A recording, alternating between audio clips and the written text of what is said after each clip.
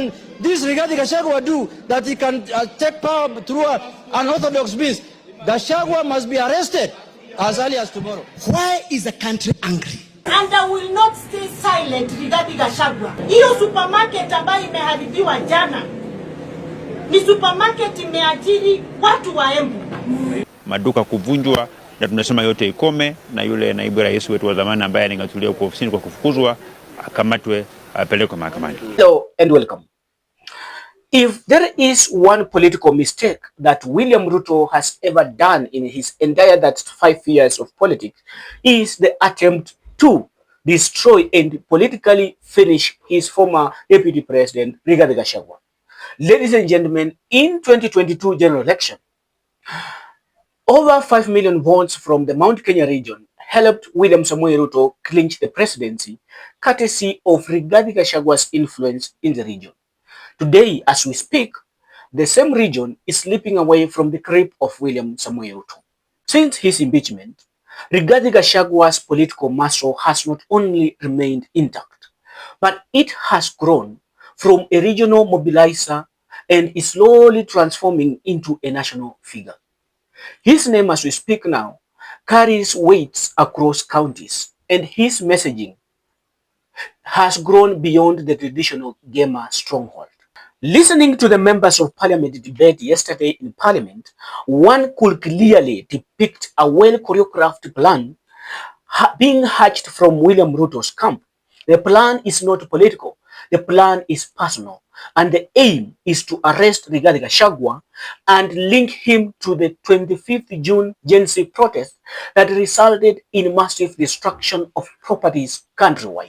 The country is angry because the youth do not have a job. The country is angry because there's overtaxation.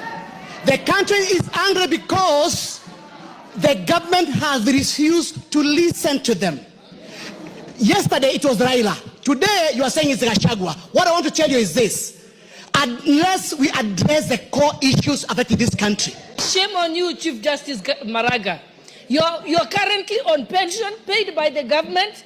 They pay for your cars, they pay for your gardener, they pay for your cook, and then you go to the streets to demonstrate and mislead our children, to destroy people's properties. Shame on you. I want to say this in conclusion finally, that what happened yesterday was an attempt to take over power unconstitutionally, to do a coup on the governance, on the government of the Republic of Kenya.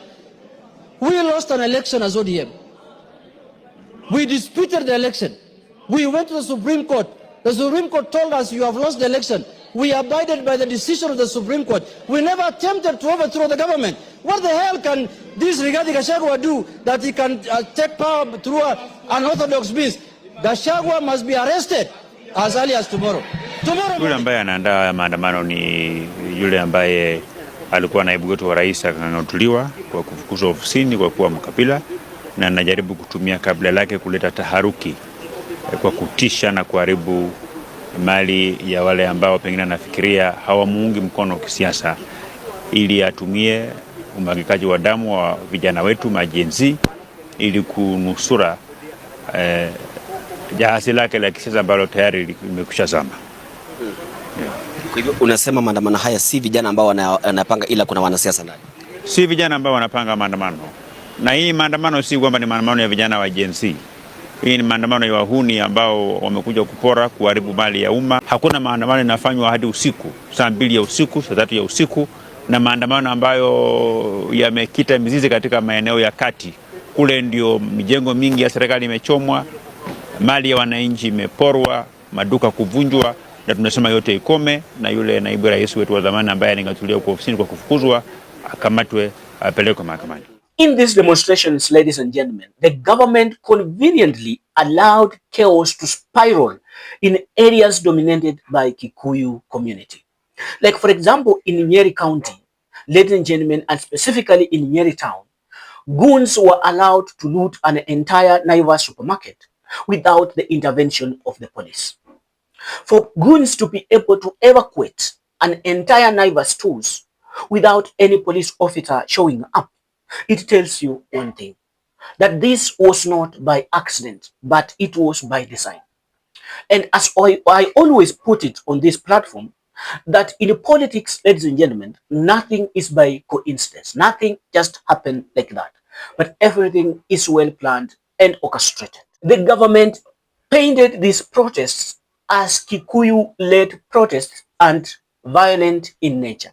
But the question we are asking is, why will they do that? And why do they want to arrest Rigathi Gachagua and link him to the violence and destructions of property that happened on 25th June? Yesterday was a great success in terms of the police work, even though the destruction that went all the way to almost midnight. All these goons who were brought all the way from Muranga, some of them were brought from Nyeri, some were brought from Kirinyaga, most of these goons were left in town. Some were left in Thika Road. And so as they were going back home, they caused immense havoc last night in Thika town, looting people's businesses, mugging people, robbing people in Thika town, and some on their way to Kajiado also caused a lot of havoc on their way. So, and the police were really overwhelmed because now they were doing some of this work in darkness, especially some who, on the onset of this darkness, they came back to the roads to try to rob motorists and other citizens. It has not been easy when such number of goons and criminals and thieves and thugs and robbers are concentrated in one area, collected by these politicians. It's not easy for the police officers to be able to maintain law and order. Before we dive too deep into this conversation, ladies and gentlemen, allow me to invite you to subscribe to this channel. Take 1 second, hit the subscription button, smash that notification bell, and also press the like button. By doing like that, you help me to reach a broader audience, which is my main objective on this platform. And thank you so much for those who have already subscribed to the channel, because without you, ladies and gentlemen, this channel could not be where it is. A very big thank you from me and the entire team here at Siasa 254. First and foremost, ladies and gentlemen, the plan of the government is to set Rigathi Gachagua against the Kikuyu business community people by blaming him for the pains these businessmen have suffered in the destructions in Nairobi and other Kikuyu-based communities. We all understand, like for example, in Nairobi, ladies and gentlemen, most of the businesses are owned by the Kikuyu. And so, by blaming Gachagua for the pain that was felt by the businessmen in Nairobi CBD and other Kikuyu counties, ladies and gentlemen, the government's intention is for the business people to stop supporting Rigathi Gachagua either financially or on the ground. If this person claims to speak about, for Mount Kenya people, this is the time we want to hear about those people who lost businesses in town, those people that have suffered on the speaker. And there is no question about it. Honorable Rigathi Gachagua must be arrested.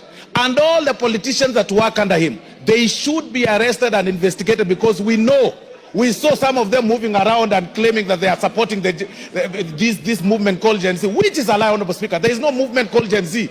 These are criminals. There is nothing like that. There is nothing called Gen Z, Honorable Speaker. Those are people who are hiding behind a generation. But we are tired of your style of politics. You look at what has happened in Nairobi. Who is suffering today in Nyamakema? Who is suffering today in Kirinyaga Road, River Road? Sini watu wetu, jameni.